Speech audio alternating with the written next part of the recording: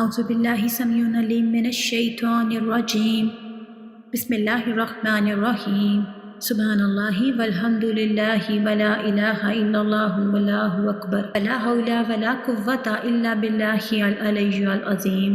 السلام علیکم ورحمۃ اللہ وبرکاتہ۔ آج میں آپ کو نبی پاک صلی اللہ علیہ وسلم کا واقعہ شق صدر سناؤں گی۔ جب بی بی حلیمہ آپ کو دوبارہ لے گئیں آپ کی یہ کہتے ہوئے کہ مکہ میں وبا کا خطرہ ہے، تو حضرت آمنہ رضی اللہ تعالیٰ عنہ نے آپ کے مسلسل اصرار پر بچہ آپ کو واپس دیا۔ اس طرح رسول اللہ صلی اللہ علیہ وسلم مدت رضاعت ختم ہونے کے بعد بھی بنو سعد ہی میں رہے، یہاں تک کہ ولادت کے چوتھے یا پانچویں سال شق صدر سینہ مبارک چاک کیے جانے کا واقعہ پیش آیا۔ اس کی تفصیل حضرت انس رضی اللہ تعالیٰ عنہ سے صحیح مسلم میں مروی ہے کہ رسول اللہ صلی اللہ علیہ وسلم کے پاس حضرت جبرائیل علیہ السلام تشریف لائے۔ آپ بچوں کے ساتھ کھیل رہے تھے۔ حضرت جبرائیل علیہ السلام نے آپ کو پکڑ کر لٹایا اور سینہ چاک کر کے دل نکالا، پھر دل سے ایک لوتھڑا نکال کر فرمایا، یہ تم سے شیطان کا حصہ ہے۔ پھر دل کو ایک تشت میں زمزم کے پانی سے دھویا، پھر اسے جوڑ کر اس کی جگہ لوٹا دیا۔ ادھر بچے دوڑ کر آپ صلی اللہ علیہ وسلم کی ماں یعنی دایا کے پاس پہنچے اور کہنے لگے کہ محمد صلی اللہ علیہ وسلم کو قتل کر دیا گیا ہے۔ ان کے گھر کے لوگ جھٹ پٹ پہنچے، دیکھے تو آپ کا رنگ اترا ہوا تھا۔ اس واقعے کے بعد حلیمہ رضی اللہ تعالیٰ عنہ کو خطرہ محسوس ہوا اور انہوں نے آپ صلی اللہ علیہ وسلم کو آپ کی ماں کے حوالے کر دیا۔ چنانچہ آپ صلی اللہ علیہ وسلم 6 سال کی عمر تک والدہ ہی کی آغوش محبت میں رہے۔ ادھر حضرت آمنہ رضی اللہ تعالیٰ عنہ کا ارادہ ہوا کہ وہ اپنے متوفی شوہر کی یاد وفا میں یثرب جا کر ان کی قبر کی زیارت کریں۔ چنانچہ وہ اپنے یتیم بچے محمد صلی اللہ علیہ وآلہ وسلم اور اپنی خادمہ ام ایمن رضی اللہ تعالیٰ عنہ اور اپنے سرپرست عبد المطلب کی میت میں کوئی 500 کلومیٹر کی مسافت طے کر کے مدینہ تشریف لے گئیں اور وہاں 1 ماہ تک قیام کر کے واپس ہوئیں، لیکن ابھی ابتدائے راہ میں ہی تھیں کہ بیماری نے آ لیا۔ پھر یہ بیماری شدت اختیار کرتی گئی، یہاں تک کہ مکہ اور مدینہ کے درمیان مقام ابوا میں پہنچ کر رحلت کر گئیں۔ بوڑھے عبد المطلب اپنے پوتے کو لے کر مکہ پہنچے۔ ان کا دل اپنے اس یتیم پوتے کی محبت و شفقت کے جذبات سے لبریز تھا، کیونکہ اب اسے ایک نیا چرکا لگا ہوا تھا جس نے پرانے زخم کریت دیے تھے۔ عبد المطلب کے جذبات میں پوتے کے لیے ایسی رقت تھی کہ ان کی اپنی صلبی اولاد میں سے بھی کسی کے لیے ایسی رقت نہ تھی۔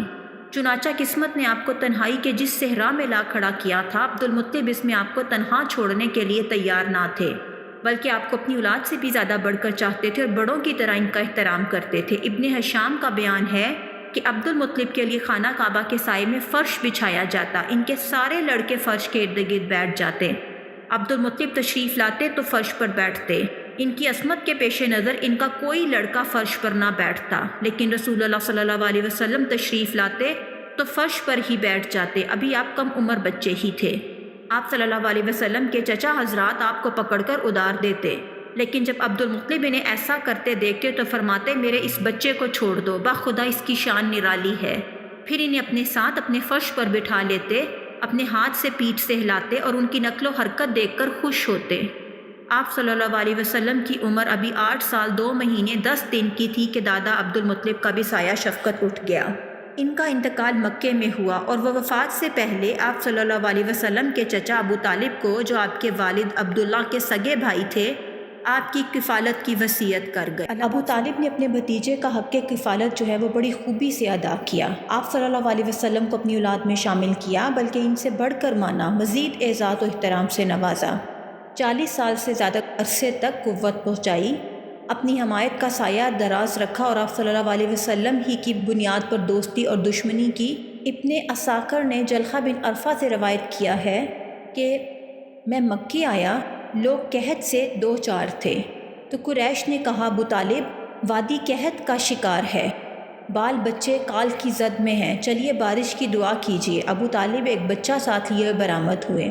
بچہ ابر آلود سورج معروم ہوتا تھا، جس سے گھنا بادل ابھی چھٹا ہو۔ اس کے ارد گرد اور بھی بچے تھے۔ ابو طالب نے اس بچے کا ہاتھ پکڑ کر اس کی پیٹھ کعبہ کی دیوار سے ٹیک دی۔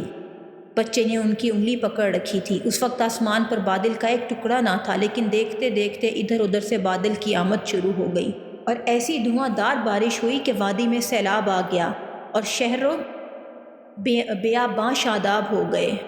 بعد میں ابو طالب نے اسی واقعے کی طرف اشارہ کرتے ہوئے محمد صلی اللہ علیہ وسلم کی مدح میں کہا تھا، ترجمہ وہ خوبصورت ہیں، ان کے چہرے سے بارش کا فیضان طلب کیا جاتا ہے، یتیموں کے ماوا اور بیواؤں کے محافظ ہیں۔ اس کے بعد کا جو واقعہ ہے، بعض روایات کے مطابق اس کی اسناد کی حیثیت کچھ مشکوک ہے۔ جب آپ کی عمر 12 برس اور ایک تفصیلی قول کے مطابق 12 برس 2 مہینے 10 دن کی ہوئی تو ابو طالب آپ صلی اللہ علیہ وسلم کو ساتھ لے کر تجارت کے لیے ملک شام کے سفر پر نکلے اور بصرہ پہنچے۔ بصرہ شام کا ایک مقام اور حرین کا مرکزی شہر ہے۔ اس وقت یہ جزیرۃ العرب کے رومی مقبوضات کا دارالحکومت تھا۔ اس شہر میں جرجیس نامی ایک راہب رہتا تھا جو بحیرہ کے لقب سے معروف تھا۔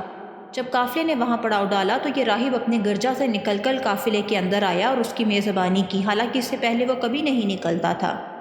اس نے رسول اللہ صلی اللہ علیہ وسلم کو آپ کے اوصاف کی بنا پر پہچان لیا اور آپ کا ہاتھ پکڑ کر کہا، یہ سید العالمین ہے، اللہ انہیں رحمت للعالمین بنا کر بھیجے گا۔ ابو طالب نے کہا، آپ کو یہ کیسے معلوم ہوا؟ اس نے کہا، تم لوگ جب گھاٹی کے اس جانب نمودار ہوئے تھے تو کوئی بھی درخت یا پتھر ایسا نہیں تھا جو سجدے کے لیے جھک نہ گیا ہو، اور یہ چیزیں نبی کے علاوہ کسی اور انسان کو سجدہ نہیں کرتی۔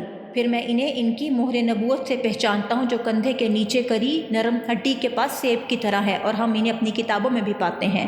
اس کے بعد بحیرہ راہب نے ابو طالب سے کہا کہ انہیں واپس لے جاؤ، ملک شام نہ لے کے جانا کیونکہ یہود سے خطرہ ہے۔ اس پر ابو طالب نے بعض غلاموں کی میت میں آپ صلی اللہ علیہ وسلم کو مکہ واپس بھیج دیا۔ اس کے بعد جنگ فجار کا واقعہ ہے۔ جب آپ کی عمر 15 برس کی ہوئی تو جنگ فجار پیش آئی۔ اس جنگ میں ایک طرف قریش اور ان کے ساتھی بنو کنانہ تھے اور دوسری طرف قیس اعلان تھے۔ قریش اور کنانہ کا کمانڈر حرب بن امیہ تھا، کیونکہ وہ اپنے سن و شرف کی وجہ سے قریش اور کنانہ کے نزدیک بڑا مرتبہ رکھتا تھا۔ پہلے پہر کنانہ پر قیس کا پلہ بھاری تھا، لیکن دوپہر ہوتے ہوتے قیس پر کنانہ کا پلہ بھاری ہو گیا۔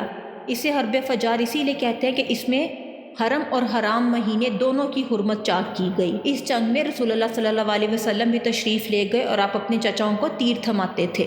اس کے بعد حلف الفضول کا واقعہ پیش آیا جو کہ انشاءاللہ تعالیٰ میں اپنی اگلی ویڈیو میں آپ لوگوں کے ساتھ شیئر کروں گی۔ آج کے لیے اتنا ہی۔ اللہ تعالیٰ ہم سب کو نبی پاک صلی اللہ علیہ وسلم کے صدقے میں معاف فرمائے اور ہم سب کو سیدھا راستہ دکھائے اور سیدھے راستے پر چلنے کی توفیق بھی عطا کرے، اور ہم سب کو نبی پاک صلی اللہ علیہ وسلم کی باتیں سن کر ان پر عمل کرنے کی توفیق عطا کرے۔ اللہ پاک ہم سب کا حامی و ناصر ہو۔ اللہ حافظ۔